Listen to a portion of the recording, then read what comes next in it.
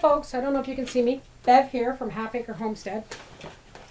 I decided to try these topsy-turvy tomato plant, well, they're whatever they are, they're upside down hangers this year. Now, it's only near the end of April, and I got a little excited and started my plants early. But what I'm doing is my husband has made me this wonderful thing to hang them from, and I'm going to hang them in my porch for now. It took me some doing to figure out how to do these things. These have a piece of sponge in them. I guess it's to protect the plant. It goes in the bottom. Once these are all done and the end of May comes and we're home from Arizona, we are going to build a permanent hanger of 4x4 wood out in front of the deck for these for every year. But like I said, it's early and this is a sunny porch and it's closed in. So I'm going to show you how I've been doing this. Now these look a little lackadaisical because they've just been disrupted. But if you look at that one was this size when I planted it. And see the difference? I planted that a couple of weeks ago and hung it in my bay window off my kitchen. Let me just make sure I can still see. You can still see me. So what we're going to do, sorry about this, the floor is kind of unsteady, is I'm going to take my tomato plant. These are Roma tomatoes because I make a lot of ketchup and sauces and spaghetti sauces and ketchup and canned tomatoes, and I just find the Romas have a lot more meat for a lot less water. Now I'm going to shake the dirt off. Now this is the tricky part because I have broken a tomato. Okay, you hold it by the roots and you shove it through very gently, putting your finger, see your finger here? Putting it through, but do not break the stem. My very first one I tried, I broke the stem. And you push it through, all the way through to the sponge, and so that this is in the center. Now if you look, I don't know how well you can see, but it's through the sponge at the bottom. Now before you hang it, I'm going to give it sideways a little bit of peat moss in here like this, just to gently cover the roots to kind of hold them in place, and a scoop of soil. And because my husband works so much with wood, I have a nice big bowl of sawdust here, so I'm just going to give it a bit of sawdust, and that will help hold the water for a while. And then I'm going to hang it up and continue filling.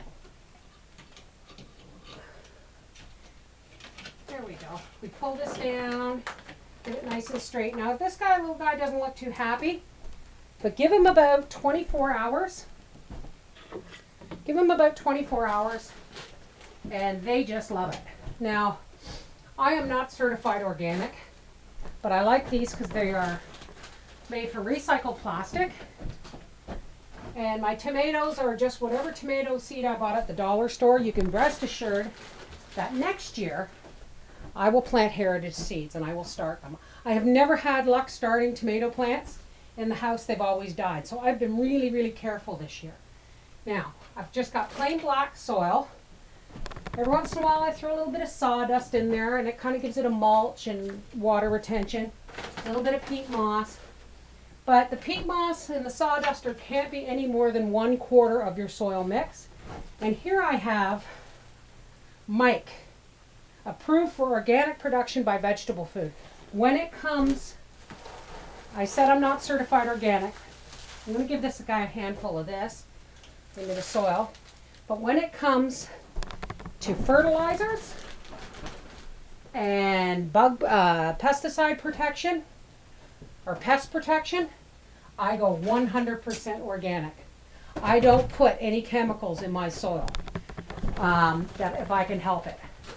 Like right now my garden, I'm hanging these tomatoes because my garden was way too overgrown last year and I didn't have enough space in the garden to grow everything I wanted for our home canning needs this year. And sure enough, we ran out of stuff, all the home canning stuff, in about February. So I'm going to hang the tomatoes. And I'm going to show you later, another day, my squash planters that I've made out of recycled tires. And then I will have enough room in my garden for my cabbages, my peppers, my whatever. So this is what we do. We keep squeezing it. See this guy here? He's about 3/4 full. This guy needs more. We just keep filling it until it's about 3/4 full. Give it a good drink.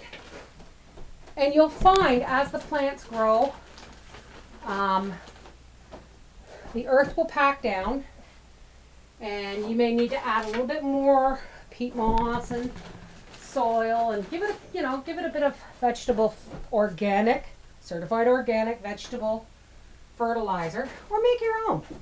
Make your own. Put some stuff through a blender. I don't know how to do it. Maybe I'll figure that out on my own one of these days, and maybe I'll blog that. Anyway, for now, that's enough, just so that I can show you. I'm going to give them a drink.